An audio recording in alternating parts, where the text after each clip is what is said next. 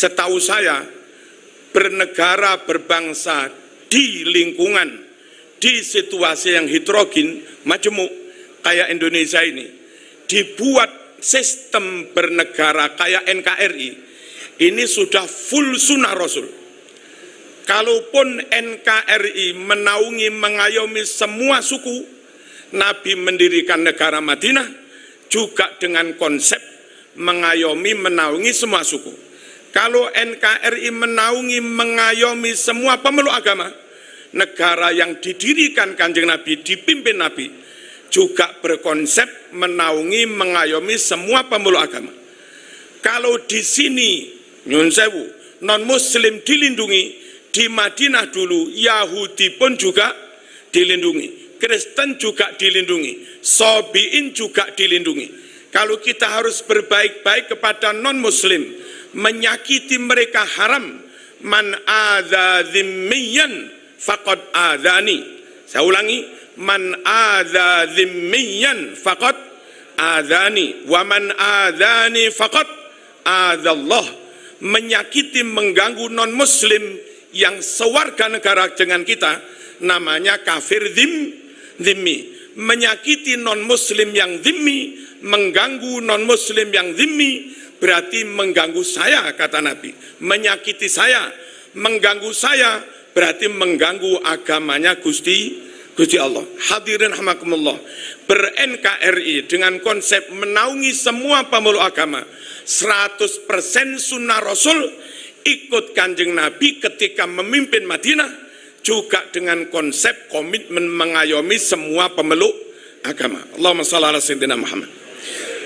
Saya alhamdulillah dipertemukan oleh orang yang nggak perlu saya sebut, ngaji di mantan teroris. Ada sekitar 30 teroris dipertemukan dengan saya ngaji. Pertanyaan pertama mereka kepada saya, Kiai, lo negara ini kan nggak berdasar Quran Sunnah. Kenapa harus dinyatakan sah secara syarak? Kenapa Mbah Hashim berfatwa bela NKRI wajib dalam resolusi jihad? Padahal ini bukan negara Islam, tidak merujuk kepada Quran Sunnah. Kenapa kok dibenarkan, Kiai? Saya jawab pelan-pelan, Mas. Sampean membuka toko, apa harus sampean beri toko diberi nama ini toko syariat? Apa ya begitu? Kan nama toko Artomoro. Apa malah ini? Warung Lemintu. Lek teng Jogja napa bagus. Nama biasa, nama boleh macam-macam lah. Nama apa, warung apa, toko apa. Yang penting kita yang punya toko, yang tunggu komitmen jujur, komitmen amanah, komitmen nimbang ngukur beres, komitmen tentang harga dengan kualitas barang juga beres. Kalau janji ditepati, wayah zakat, selaris apapun jam-jam rolas, wayah sholat nggih tetep sholat. Kalau itu kita lakukan para rawuh, ditulisi warung Islam atau tidak, yaitu namanya warung Islam. Nah, tentang NKRI yang secara zahir tidak langsung merujuk kepada Quran Sunnah, tapi kiai-kiai membenarkan, membela. Sementara kalau menurut sampean ini negara tauhid karena tidak merujuk kepada Quran Sunnah. Saya balik bertanya kepada mereka. Kebetulan mereka hampir 100% dari latar belakang non-NU. Pokok yang pengikuti Mbah Wahab, tak jamin gak ono sing dadi teroris. Tak jamin. Mereka hampir 100% latar belakangnya non-NU. Lalu tak jawab begini, Mas. Di NU ada pengelolaan organisasi, ada muktamar, ada konferwil, ada konfercap. Di Muhammadiyah juga ada, di PKS juga ada, di LDII juga ada, di HTI juga ada. Organisasi-organisasi itu dalam menjalankan roda organisasi termasuk muktamar, pernahkah merujuk kepada ayat Quran? Pernahkah merujuk kepada hadis? Misalnya pilihan Ketua Muhammadiyah, Muktamar Muhammadiyah. Lalu sebelum pilihan, peserta ini menurut Al-Quran ayat sekian, surat sekian, syarat Ketua Muhammadiyah harus sudah berkhidmah 5 tahun. Adakah itu? Menurut pasal segini Quran, kewajiban, kewenangan, dan hak Ketua Muhammadiyah ini kan gak ada. Masa jabatan Ketua Muhammadiyah sekian tahun. Adakah itu dalam Quran Sunnah? Tidak ada.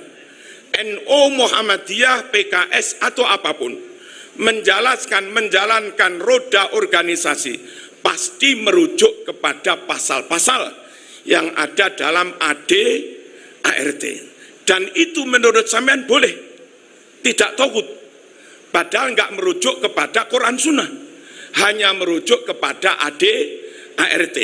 Asal jangan ada pasal yang nabrak Al-Quran maupun Sunnah. Karena Kanjeng Nabi dawuh memberikan awar-awar apa? Al-muslimuna ala surutihim illa syarton ahalla haraman au harrama halalan. Umat Islam, kata Nabi, dibebaskan berhimpun, lalu untuk mengatur organisasi perhimpunan itu silahkan mereka membuat syarat, membuat kesepakatan pasal-pasal yang mereka sepakati.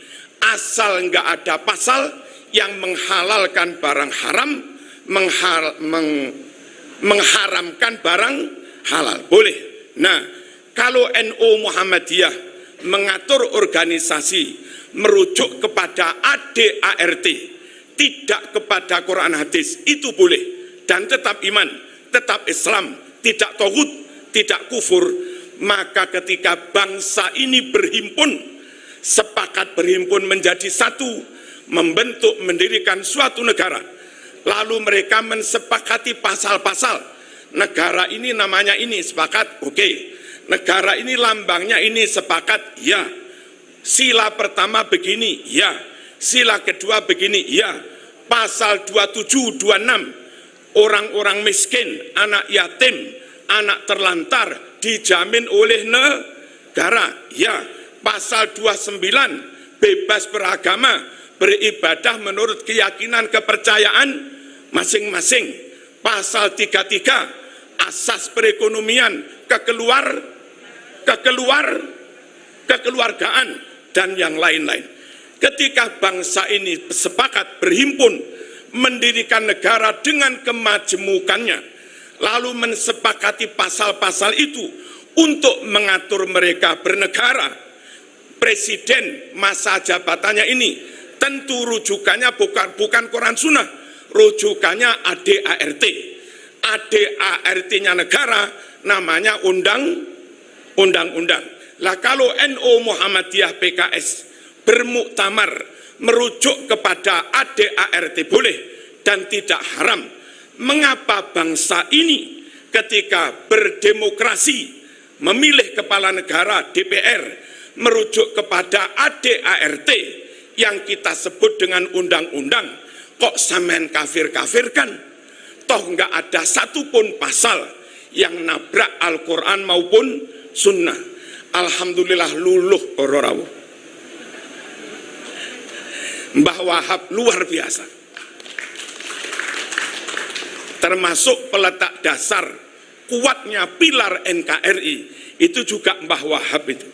Andai Mbah Wahab nggak ngotot masuk dalam MPRGR, andai Mbah Wahab nggak ngotot masuk dalam kabinet, meskipun maaf namanya Nasakom demi menjaga keutuhan negara, kita nggak tahu ketika itu merah perang karo nyun sewu, Islam keras perang dengan sekuler keras, Islam keras perang dengan nasionalis keras. Indonesia sudah nggak karu-karan bro. Sing sebelah timur Islam abang, sing sebelah kulon yang nggak karu-karan. Mungkin Bu Khofifah nggak jadi gubernur Jawa Timur dengan kutu Fatihah teng Mbah Wahab loh. Niki sampean dadi gubernur Indonesia aman. Niku barokah Mbah Wahab ngotot NKRI harga mati. Allahumma shalli ala sayyidina Muhammad.